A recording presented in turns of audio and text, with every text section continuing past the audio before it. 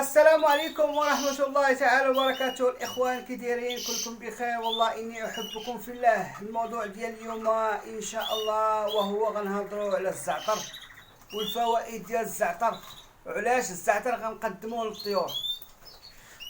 كي تتشاهدوا معنا الزعتر، هذا هو الزعتر. بالنسبة للفوائد اللي فيه الزعتر، وهو مقوي مفيد للكبد عند الطائر، ينشط الدورة الدموية عند الطائر بطبيعة الحال.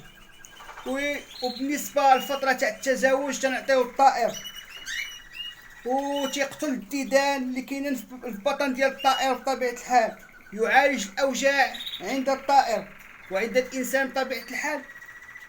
وبالنسبة لشي طائر فيه السعال تنعطيو ليه، وهو مزيان للبرد، ضربات البرد عند الطائر. يعالج الربو بطبيعة الحال والسعال الديكي، ومقوي لجسم الطائر، تعطي واحد الطائر واحد الحيوية.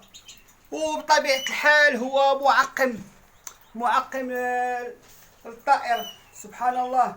وطريقة الاستعمال ديالو الخوت، تنشدو اطرو تاع الماء وتنديرو فيه عاشق كبيرة ديال الزعتر، وتنخليه مدة 2 سوايع قبل ما طلق لينا الزعتر. كي تتشوفوا الزعتر ولا صفر كي تتشوفوا، ولكن يكون ماء طبيعي، ماء الحنفية، يكون ماء معدني طبيعي باش يعطي المفعول ديالو. الدواء ما شاء الله، اي دواء بغينا نستعملوه خاصو يكون ماء طبيعي كما هضرنا في الموضوع السابق. الحمد لله، اللهم لك الحمد.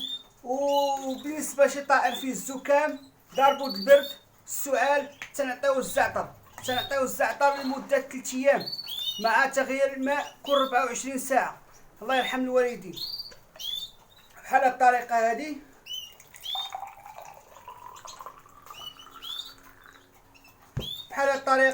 وتنقدموه طائر بعد ما عطشنا الطيور ديالنا، واحد ساعتين عطشناهم، وتنعطيو الماده ديال الزعتر. واكتفي بهذا القدر، والسلام عليكم ورحمه الله تعالى وبركاته. اخوكم عبد اللطيف يحبكم في الله، والسلام عليكم.